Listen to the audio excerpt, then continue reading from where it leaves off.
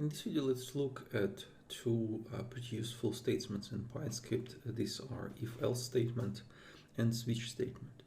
Both these statements look quite similar to conditional operator I showed you previously, so I think you should get it quite quickly.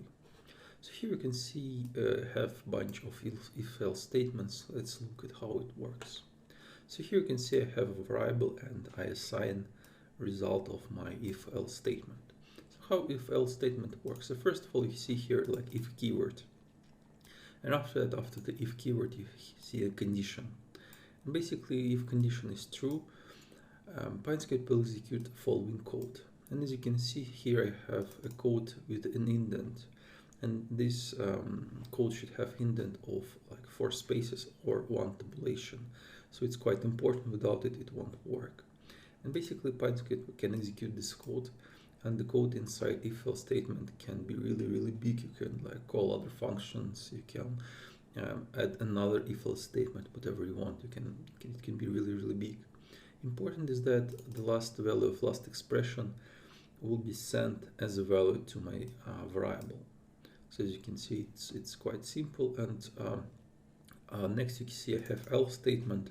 So basically, if this condition is not true, code in if statement will be executed, and the last expression of the value of last expression will be sent to my variable. And also the nice thing about if statement, it's quite flexible. So for example, we can kind of omit else statement. So here I have only if. So if I have if close more than open, I just return close to my variable. And in all other cases, I do nothing, so my variable most likely will be not available in all other cases. And also you can do if statements without any assignments. So here, for example, first I create my variable, after that I check condition, and in the code incoming I mail. decide my variable to close. I basically can delete this incoming line mail with kind of other returning expression. Also nice thing about if-else statement that actually it can be sort of nested, and you can create pretty complicated expressions, and you can have like more than like just 2 options. So here how it works. So I have like if statement, I have a condition, and I have basically assigned the color if this condition is true, but else I have like immediately followed by another if statement and another condition.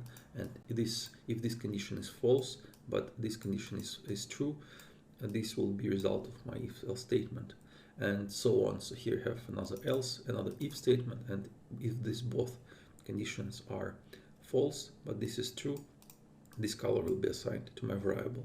And if all these conditions are false, then this will be the color assigning.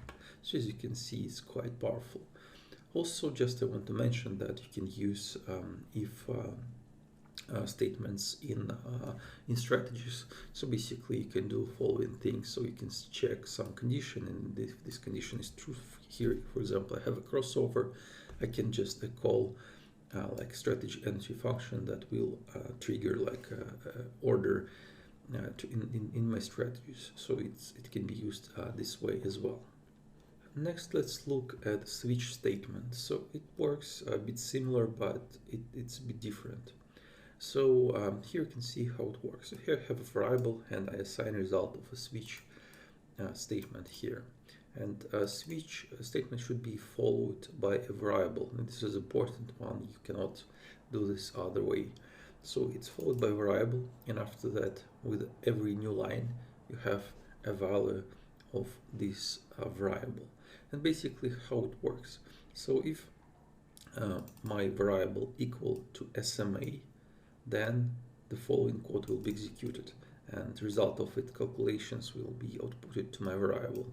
If my type is equal to exponential moving average EMA, then this code will be executed. RMA, this code will be executed, and in all other cases, this code will be executed. So basically, you can see that it works very similar, but instead of like complicated conditions, here you have selection only of one value from this variable. And as you can see, it's really a nice use case when you basically want to switch between different methods of calculation of certain technical indicators. You can just quickly switch it. So here, for example, I have an input with all these types of moving averages I can use, and here in a switch I just basically check what value do I have, and depending on this value I compute it with a different function.